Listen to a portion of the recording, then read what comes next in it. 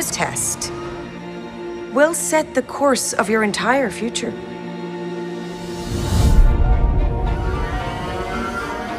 Don't you ever want to do anything exciting? Like what?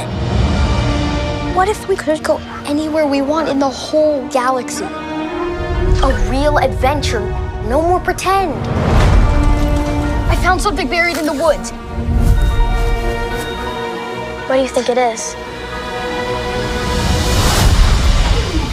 I think it's a lost Jedi temple. Hello? Be careful where you step.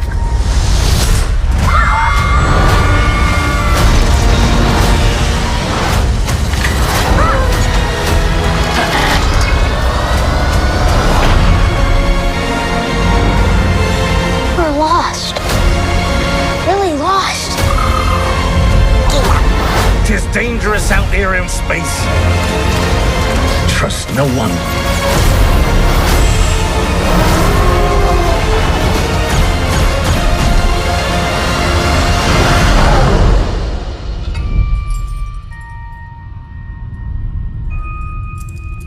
You're a Jedi.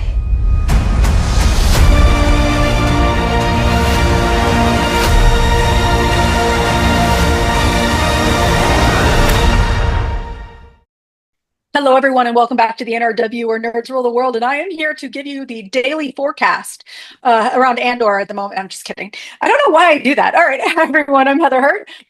We are going to talk about the upcoming new thing from Disney Plus, coming from the Star War, the world of Star War, where there's a single war at any given time. Star Wars Skeleton Crew.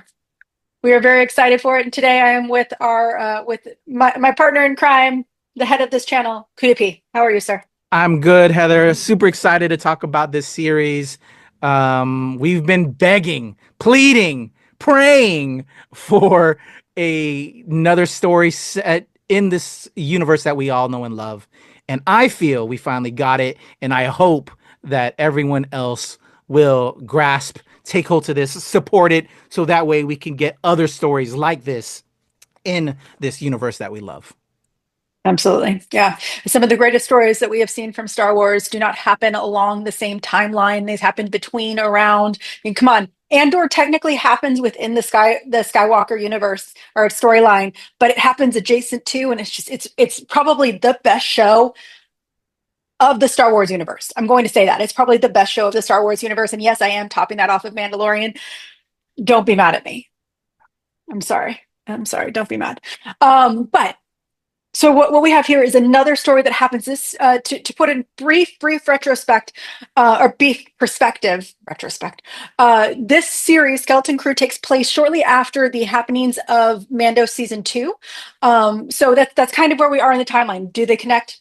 No, we have no idea. This will be a spoiler-free review, but I just want to tell you that's where we're starting. It is in that is where it is within the new Empire storyline. Okay. Let's go into a real quick recap of episodes 1 and 2. Once again, reducing spoilers as best as we can. In the future, our episodes will be after release, so we will be doing more spoilery stuff. But in this case, we're going to talk about it ahead of time because we're critics and we're special. All right. So we have this group of kids on this unbelievably beautiful planet, which goes against everything else we've seen in the Star Wars universe so far.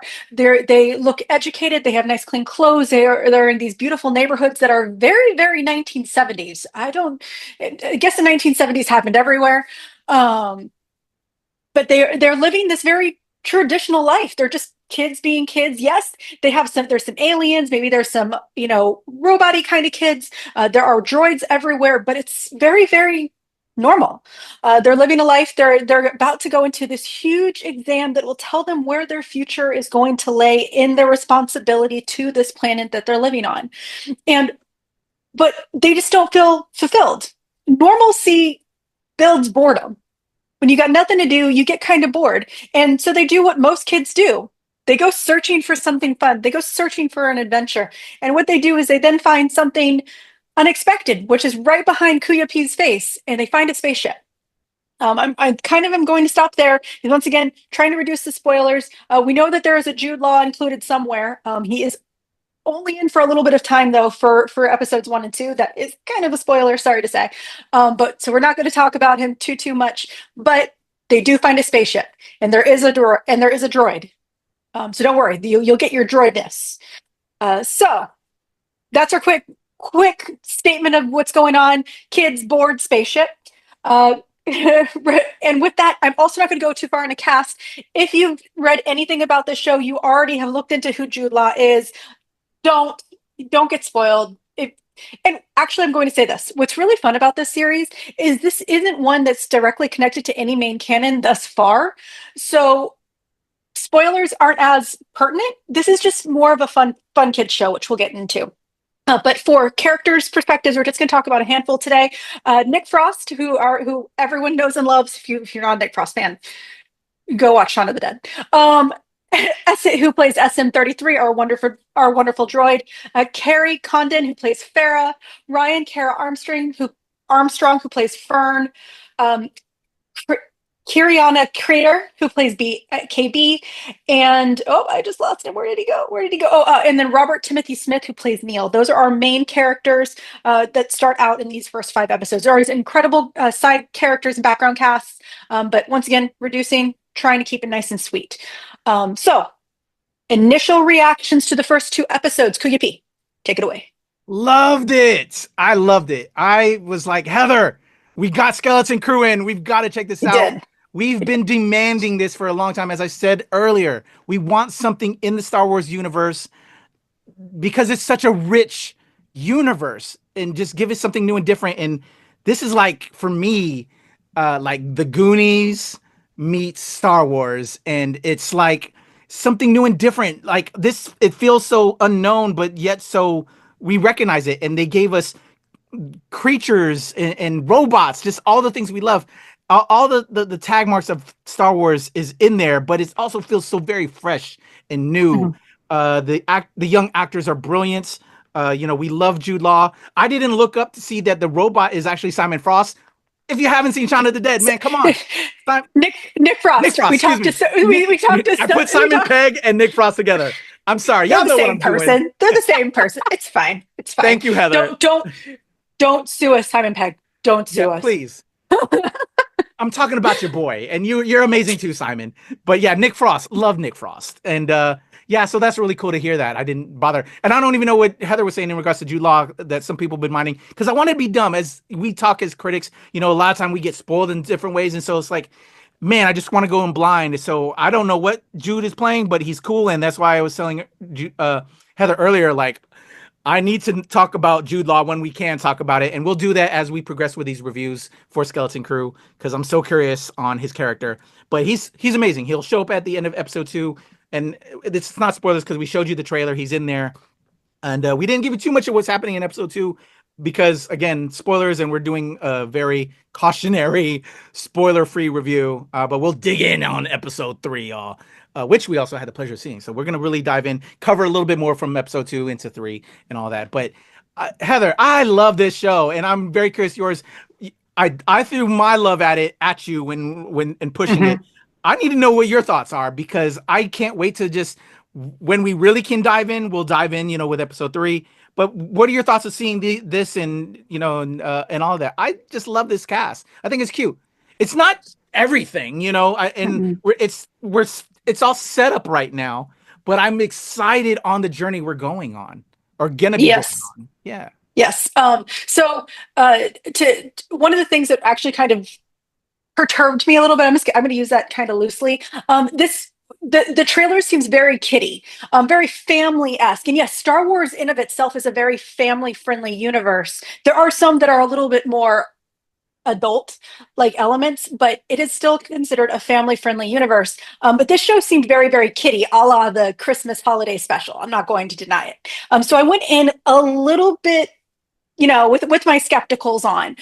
And honestly, first episode took me away. I loved it. And I will say this to Creepy's credit, he usually, and I know I've been saying this a lot, he usually doesn't do something like this. He usually does not call me on like a random day before a holiday where he has family in town and is like, dude, you need to watch this so we can talk about it. And he literally stepped away from his family during the holiday season. He's like, you need to watch this right now. But with that said, I enjoyed it. And one thing that I really liked about this film is, once again, we love these stories that expand the universe because there is so much happening. And one of the elements to the series, this isn't necessarily a spoiler. I hope it's not, but it's about the expansive universe. It literally is about how wide and varied and different this universe is, and how there are many, many creatures.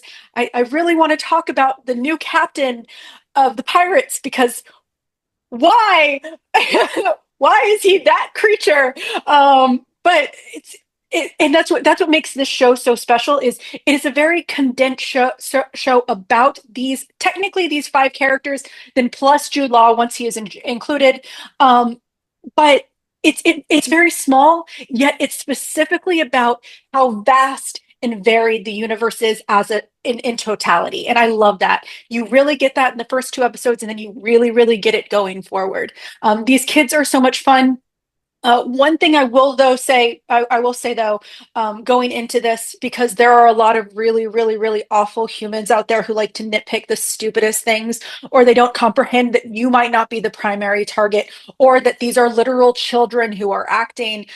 These are literal children who are acting. They do not have the years and years and years and years of experience in acting or the acting courses. So please know that when you're watching this, some of them are very novice.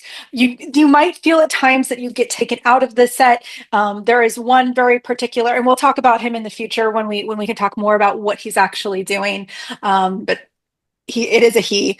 His acting is very novice, and it can take you out at times. But just remember that these are children. We saw it in films like Star Wars Episode 1, in the Harry Potter universe. When you have children playing children, sometimes the acting isn't wonderful. It isn't professional, and that's okay. They are doing their damnedest. And honestly, the 1 or 2 times you get taken out, it's okay. It's okay. But I do want to say, I did get taken out at times, because there is acting. There is a nuance to acting within this universe that you expect, and not everyone can do that. If that makes sense. Oh yeah, I agree. And you got to give it a pass, y'all. Come on now, think about that. And well said, Heather. We definitely agree to that. But it's overall, these kids are great. I love KB. I am so excited to see more of her. I know that we got a lot more of Wim. Ravi Kabit Converse, who plays Wim. I'm sorry, I didn't say him. Who plays Fern, the girl who plays Fern, this one. I love her. The 2 female leads, I think that they are great. And I love that he is the literal. I love that. Oh my goodness, what's his name? Neil. Neil is the literal elephant in the room. He's the literal elephant in the room, and it's my favorite thing about him. The show is wonderful. You've got great sets. Episode 2. Once again, we're not going to go into it, but they are beautiful. You got these beautiful scenes, these beautiful backdrops. And one thing that I think that this series is really, once again, we're finishing this up real quick. That the scene that this series is really well is we're finally seeing a lot of that. CGI that Star Wars has always been known for. It's really starting to feel more and more real, and the show has a great element to that. Any final statements, KAYFABEYBABY? We have to support this show, y'all, because it's giving what we've always asked for.